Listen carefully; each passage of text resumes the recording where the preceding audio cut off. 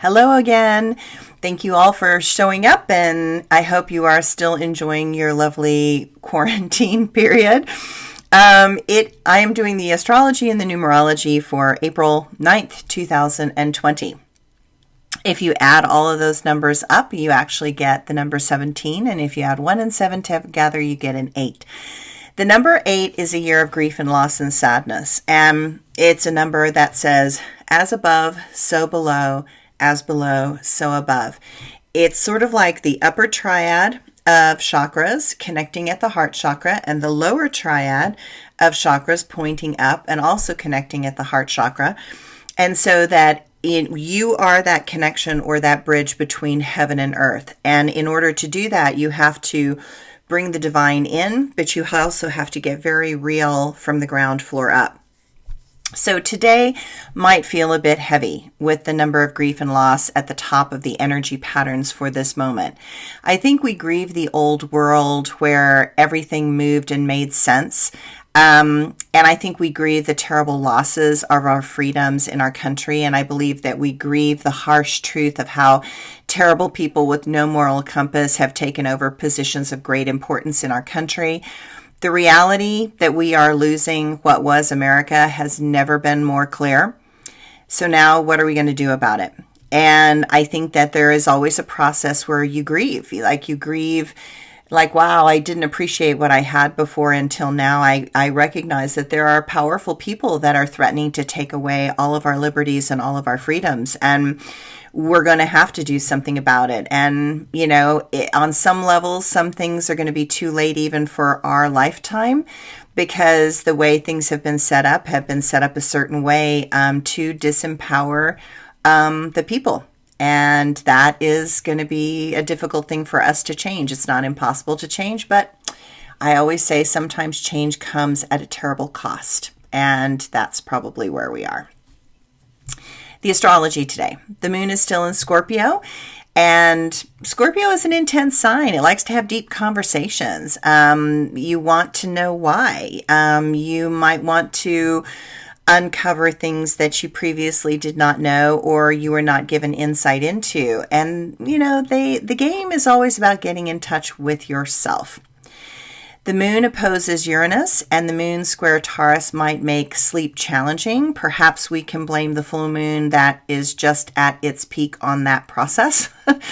I notice that I either feel sleep problems before the full moon, or I feel sleep problems after the full moon. This might be one where you are not able to get your thoughts and agitation of your mind to be quiet and to shush. You might notice that things feel peculiar.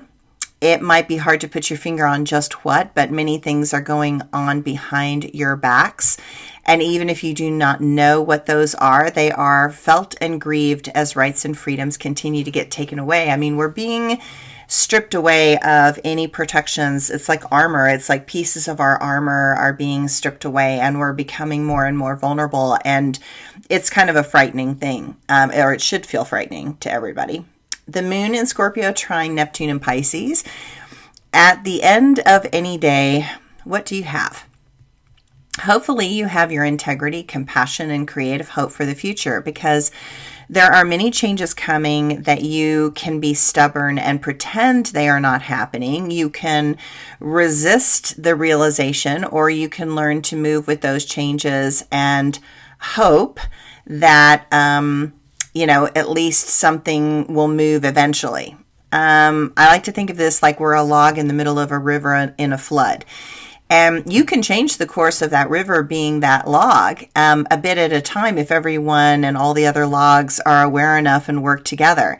Yes, there is a desire to just let things happen as they come, but I prefer to actively use my imagination to contribute to this new world being creative. So let's hope for that. Now,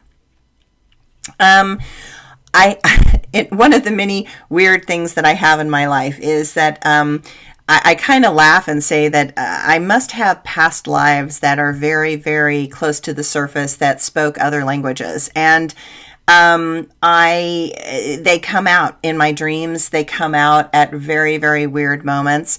They came out in my childhood, and sometimes I didn't find out about some of the things that I was saying as a kid and what they actually meant for like 40 years later, which was really weird. But last night I had this thing show up in Latin. Now, as I say this, I have to tell everybody I don't speak Latin. I didn't learn Latin in school.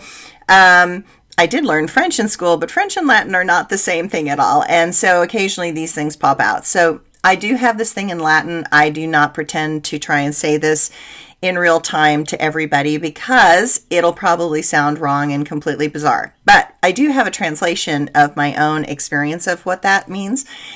So I do have this as my quote for the day. So my quote for the day in English is, "Do you see the lights preparing? The darkness is coming. The mantle of truth holds power. Will you waver? Will your darkness inside collapse your resolve? The light is prepared. It is now up to you." Okay, so everybody loved my Peru story yesterday. So I'm going to do another Peru story. So thank you for bearing with me in this craziness that is my reality. And so I'm going to do another Peru story. One of the things about Peru is that because of the Inca shaman foresaw that the white man was coming, many of the Quechua people went up to high altitude and stayed up there. The result was that many of the ancient teachings from the Quechua were left untouched and intact, which is a huge gift to us now. So my experience of working with a North American shaman was one of how much they were stripped of their tradition and they were forced to not practice their religion, and they lost so much in that journey. Whereas the Quechua just kind of said, all you white people want to stay by the beaches. We're going to go up to the high Andes. We're going to go up to like 17,000 feet and we're going to stay there. And because of that, they kept their traditions intact. So when you go to Peru, it's really amazing to see and experience the realness and the rawness of everything that is in Peru and the shamanic practices and the ancient traditions that are actually still there. And I love that about Peru. It's like it felt like the Earth Mother was very much alive in Peru, and her name is Pachamama, so it's kind of like Earth Mother Pachamama. And I figured out really early on when I went to Peru that you needed to always bring things for the children, such as crayons, pens, pencils, chalk, colorful hair elastics, Bic lighters, cheap watches, soccer balls, super balls, plastic dinosaurs, and marbles. And if you did bring the children things, you did not lose anything or get something stolen from you on your journey. People that were stingy and selfish lost many things: passports, wallets, shoes, backpacks, food. It was a very clear message to me that Pachamama expected you to take care of her children. And if you did not, then she would teach you a lesson in loss in return.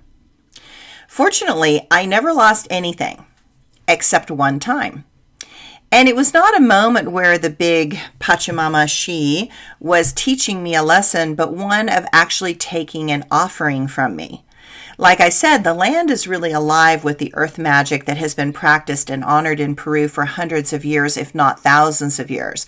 There is something very ancient and old and wise, and it watches you constantly, and you always feel like you're not alone. There is a presence in the nature that you're never alone. And you feel this presence just sort of nonstop. And we were in the Urubamba Valley at a ruin called Ollantaytambo, an ancient ruin built in the 1500s and the home of the Emperor Pachacuti. It was this magnificent terraced fortress. It has these unbelievable views that show what is coming up and down the valley. I mean, it's literally in this perfect V. It's just centered in this perfect V. It's amazing. You literally watch the moon set in the perfect V. It's an incredible place. And we were doing meditations in an evening because I had been trained by Don Americo Yabar, who is a shaman from Peru, in the spiritual practices, the Quechua, I had my traditional stuff in their tradition, which is called a mesa, which is a sacred cloth where you lay out sacred objects and make prayer offerings to the divine. And so I had my mesa out, and I was high up in a corner of an ancient Incan stonework ruin in Ollantaytambo, and I was doing my offerings and meditation. And no one was around me. I was alone, and the wind was whipping around, which was why I was in this little corner, as it was this one spot where the wind was not whipping around, and I was feeling a bit protected in the corner of these gigantic, great ancient stones. And I had everything out. And one of the things that I had out was a small pouch of red tobacco tied with a string, which is an offering from the North American traditions. And I closed my eyes and I dropped into a meditation, which for me is often a spontaneous poetic song of some variety. Usually I am calling out to the deities of nature to come out and connect through my offerings. And everything was quiet except the wind and my song. And when I opened my eyes, everything was on my mesa except the small red pouch of tobacco. And I looked for it. I looked around to see if anyone or anything was around me, but there was no one. And then I looked to see if the wind might have blown it off my mesa and that it was sort of over here somewhere, but it was nowhere to be found. And then I sort of smiled. Some deity or Mother Earth herself had taken my offering. And it felt wonderful, like I had been heard and my prayers received and appreciated. It felt like a huge honor. I put everything away and I put my things safely back in my backpack, and I started to walk down these immense steps when suddenly the dark night turned into day, and the ruins were not ruins but clearly defined fortresses from another time. People were everywhere dressed in these ceremonial feathered capes and headdresses, and I was walking down the stairs with a man who wore a golden disc on his chest and these huge plumed feathers of bright colors. And his cape was made up of small squares of gold sewn together as a mantle representing the sun god. And I was dressed in silver. Huge silver heavy discs hung from my ears, really heavy. Bracelets of silver were climbing up my wrists to my shoulders, and a huge moonstone hung from my neck. We were clearly representing the sun god and the mother moon in some sort of celebration or ceremony. There were songs that were like a chant that was coming from the people, and then it was gone. The day turned back into night, and I was myself just standing on the stairs of a ruined temple, Ollantaytambo, staring at wonder into the full moon perfectly centered in the V of the mountains. It was very magical. I believe that when you live in a life, you leave echoes, filaments of that past life in certain places that held great significance or importance. I believe that in some of those other times and places, I had the opportunity to represent the moon goddess in a celebration in that temple. The vision was so clear. It was not manifested by my mind or ego. It happened spontaneously and was gone just as quickly as it had happened. I felt as if I needed to remember or pick up some parts of myself that I had left behind to remember. It helped me understand another deep connection that I have to this amazing land and its people. When you look at certain landscapes, you see such beauty and shocking splendor that you cannot deny the presence of the divine. You feel that divinity breathing you to awaken. The Urubamba Valley is one of those places, and you can see why the art of sacred geometry is so strong in this ancient Incan culture. Being there, you cannot deny that something of great power carved this amazing place to make mankind feel the wonder and magic of nature all around. It calls to your spirit. It opens your heart in wonder. It allows you to feel how the past and the present are actually still connected. You feel eternity in the very stones under your feet. And you feel connected to something very important that has been lost in many modern civilizations. The Peruvians believe that the Andes Mountains are the heart chakra of the world, and when you go there, you go to reclaim your heart. They believe that you are the keepers of this place and call themselves the people of the Munai, the people of the heart. They are here to give us our hearts back. These people might appear to be dirt poor, but they have not lost that connection to the wonder and love that is in their heart. Their music continues to reflect the joy and lightheartedness that is the pulse of this land and its people. I cannot hear the Quechua music and not smile and feel as if I am there. Their music transports me back to their land, and for me, another time of great joy and happiness. It is important to remember the good in the times that we now face. It is important to have connections that are ancient and wise to carry us through difficult moments in time.